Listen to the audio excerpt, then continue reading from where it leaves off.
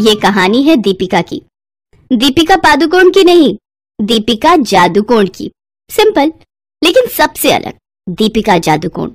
दीपिका शहर के बाहर स्थित एक कब्र के पास जीन्स और टॉप पहनकर पूरी तरह तैयार होकर खड़ी है और एक फिल्मी गाना गा रही है।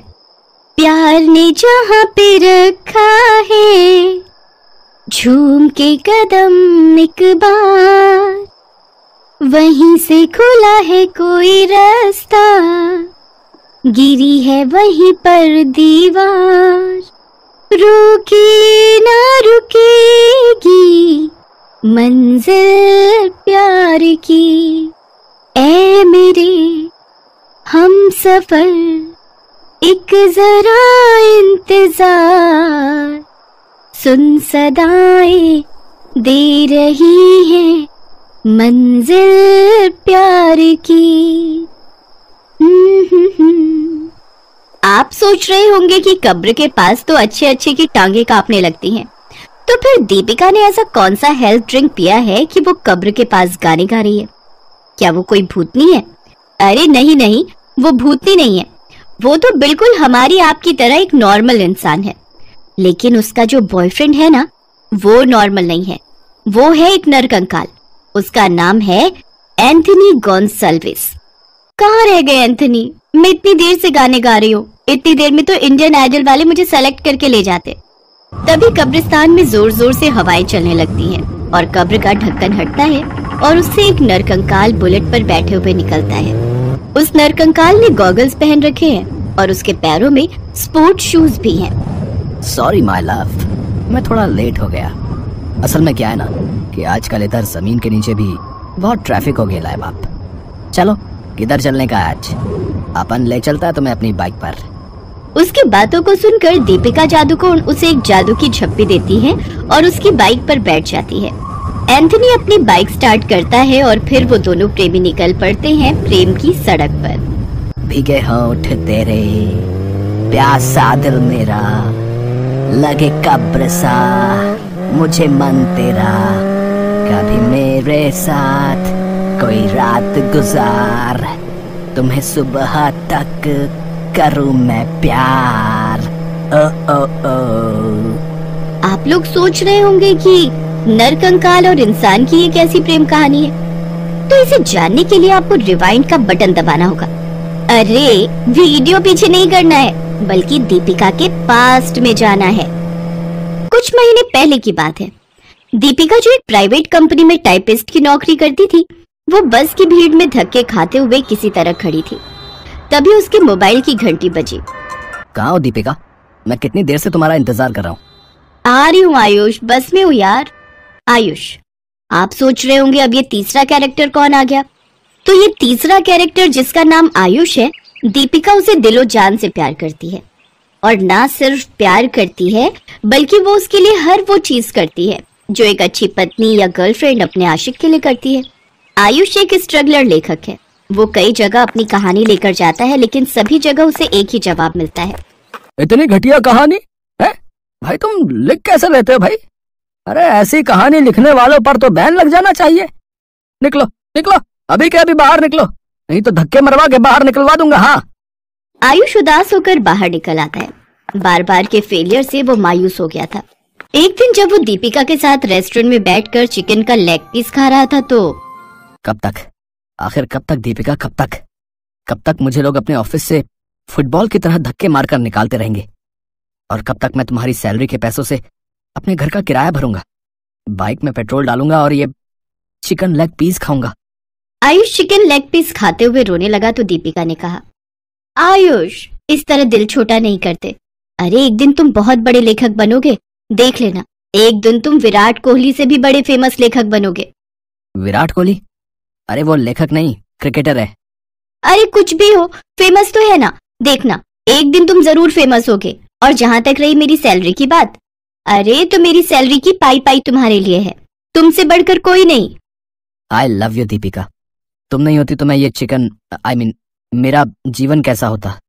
ये कहकर आयुष दीपिका के गले लग जाता है और कहता है, पता है दीपिका, मैं दुनिया का सबसे लकी लवर हूँ। मैं हर जन्म में तुम्हारी जैसी लवर ही पाना चाहूंगा। I love you. I love you too. यार दीपिका, वो बाइक में ना पेट्रोल खत्म हो गया यार। 500 का पेट्रोल डलवा दो ना, कल फिर कुछ जगह धक्के खाने जाना है।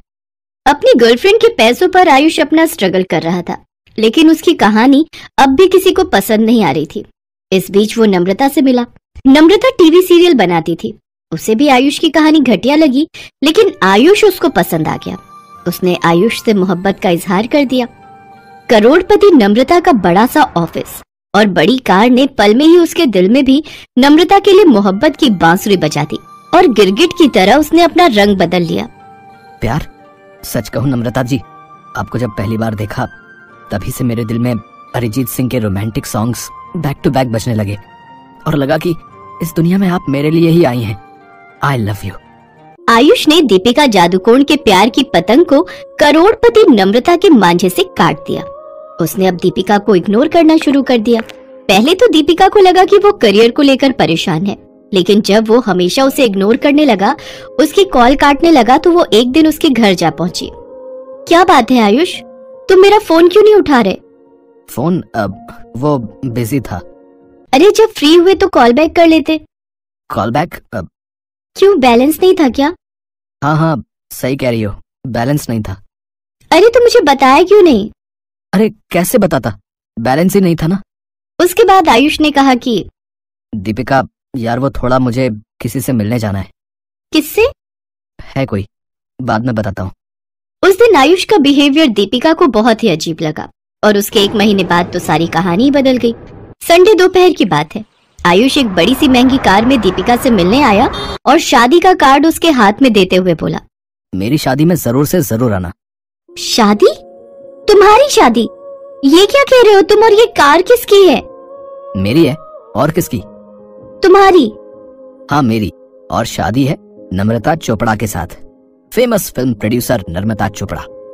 ये तुम नहीं कर सकते आयुष, तुम तो मुझसे प्यार करते हो। तुम ही तो हमेशा कहा करते थे कि तुम्हें हर जन्म में मेरे जैसी लवर चाहिए। हाँ सही तो कहा करता था, मुझे तुम्हारी जैसी लवर चाहिए और वाइफ नम्रता जैसी करोड़पति।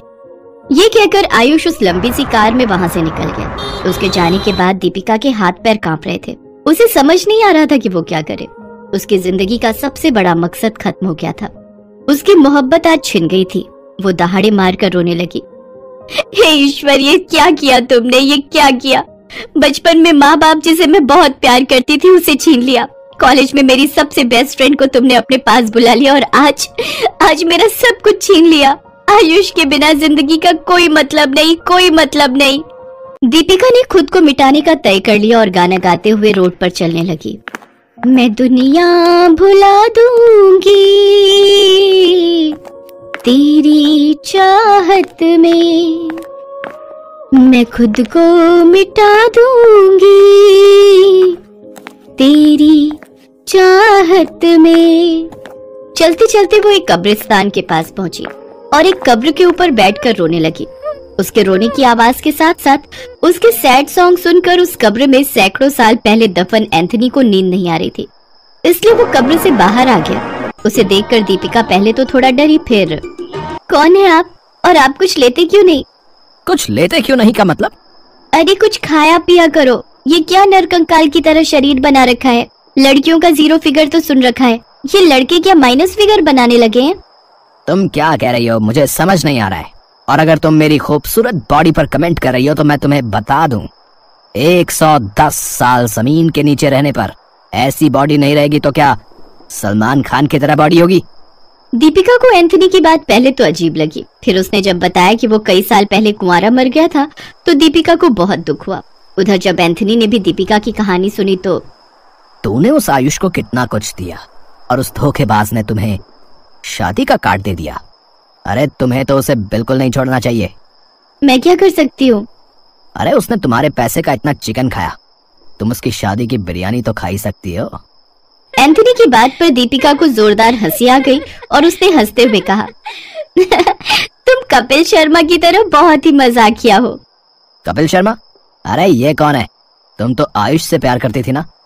उसकी इस बात पर एक बार फिर से दीपिका हंस पड़ी और फिर वो एंथनी की आंखों में देखने लगी। एंथनी भी उसे देखने लगा। फिर दोनों के बीच प्यार हो गया। वो उसकी गर्लफ्रेंड बन गई और वो उसका बॉयफ्रेंड।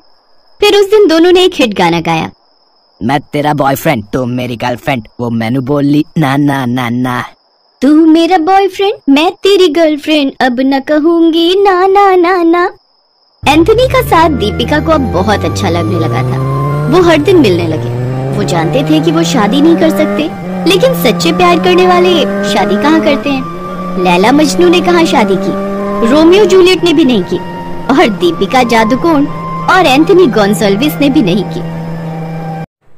नमस्ते दर्शकों, हिंदी कहानी टीवी को लाइक कीजिए, शेयर कीजिए और सब्सक्राइब कीजिए। हमारे साथ बने रहने के लिए बहुत सारा धन्यवाद। Thanks for watching.